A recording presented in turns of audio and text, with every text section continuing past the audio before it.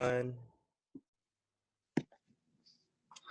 Hello, this is Jeremy Alvarez and Hugo Vargas, and this is our observation project. All right, so let's get straight into it. What is multicultural pedagogy? It is the notion that regardless of race, gender, ethnicity, and all that, students should have an equal opportunity to be successful in our education system. This means using our position as educators to ensure that students are aware of the biases in their current educational institutions. This also includes taking steps as educators to ensure that we are giving an equitable education to students that come from all different backgrounds. So what are the 5 dimensions of multicultural pedagogy? These 5 dimensions are content integration, knowledge construction, equity pedagogy, prejudice reduction, and empowering school culture. These 5 dimensions are imperative and super important to having an inclusive multicultural pedagogy in our classrooms. Right, so the first one, content integration. The definition of it is the infusion of ethnic and cultural content from multiple cultures into the curriculum. The use of content integration is instrumental to executing proper multicultural pedagogy. Through content integration, educators have the power to make the curriculum relevant to students of all ethnic backgrounds. Without the use of this integration, students could potentially be getting a non-inclusive version of their education. An example of this from the videos that we were assigned is in video 1, which is titled EDSP 457 CRP sample. The instructor effectively utilizes content integration in her classroom, and she presents a video on the classroom projector that teaches the students about Latin American history.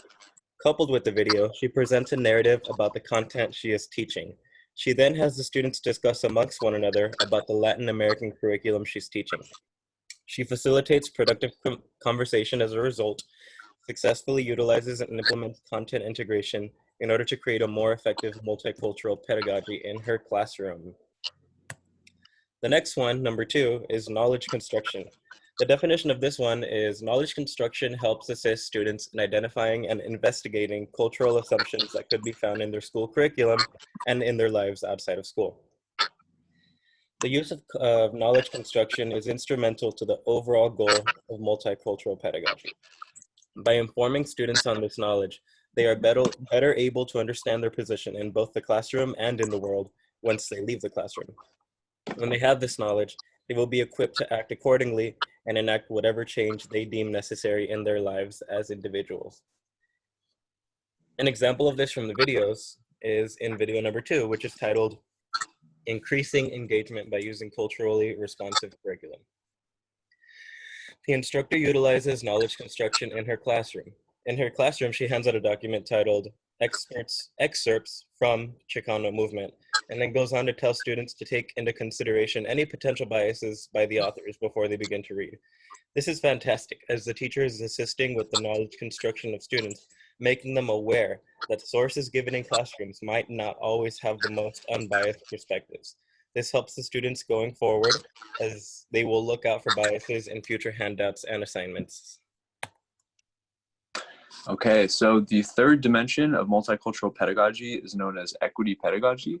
And Merlin describes this as when educators modify their teaching in ways that will facilitate the academic achievement of students from diverse groups. So it's very crucial to the classroom because it provides a variety of ways that teachers can be creative and make sure that students from diverse groups have lots of opportunity to succeed throughout school. And then an example from the videos can be seen in the special education teacher plans the whole day out with several activities that can be viewed from her whiteboard. And some of these activities include, simulation by going to the grocery store as a group, and cooperative learning, in which she has them in various groups with the teacher's aide when working. So these are just some examples that reflect equity pedagogy, and they're very creative ways that she teaches the classroom. All right, and then the fourth dimension of multicultural pedagogy is prejudice reduction. It can best be described as helping students develop positive attitudes toward different racial, ethnic, and cultural groups. So this dimension is very important to the foundation of multicultural pedagogy because it's actually really important for students or for teachers to implement prejudice reduction to students when they're younger, because we want them to grow up without any stereotypes or prejudice. And by including a wide variety of students from different cultural and ethnic backgrounds together, we implement prejudice reduction. And again, it's best done from an early age. Then an example from the videos, when observing video 6, I noticed that there were many different students from various racial backgrounds working at the same station together. So this is very positive for prejudice reduction, because by mixing students of different ethnic and cultural backgrounds, teachers are able to reduce the risk of students stereotyping each other later on. And just like a citing by Merlin is, by implementing prejudice reduction strategies with students, educators can reduce students' likelihood of stereotyping others and increase the probability that students value all individuals regardless of multicultural characteristics. So again, by having these students of various multicultural and ethnic backgrounds sitting and working together, you're supporting prejudice reduction. Okay, and then the final dimension of multicultural pedagogy is empowering school culture and organization.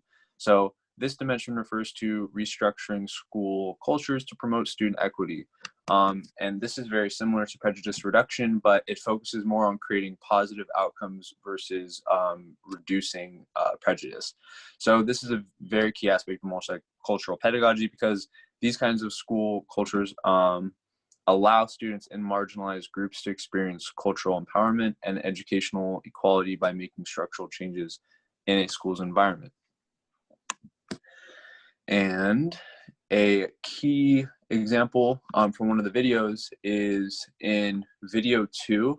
The teacher says, and I quoted this from the video, culturally responsive curriculum is the ability to take the cultures and people of your community and insert it directly into the curriculum you're teaching. It is inclusion. You include everyone as a part of your community into your curriculum.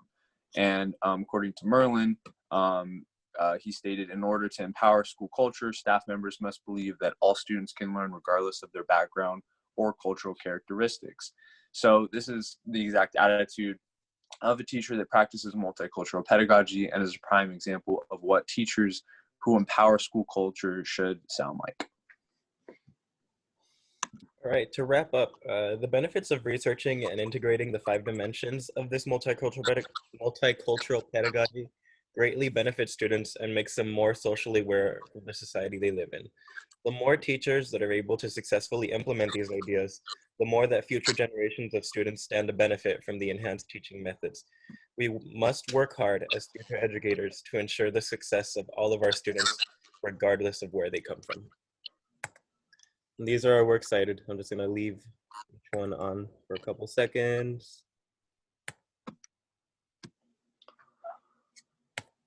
And yeah, thank you for hearing our presentation. Hope you have a good rest of your day. Thank you. All right. Great. Uh, And that was really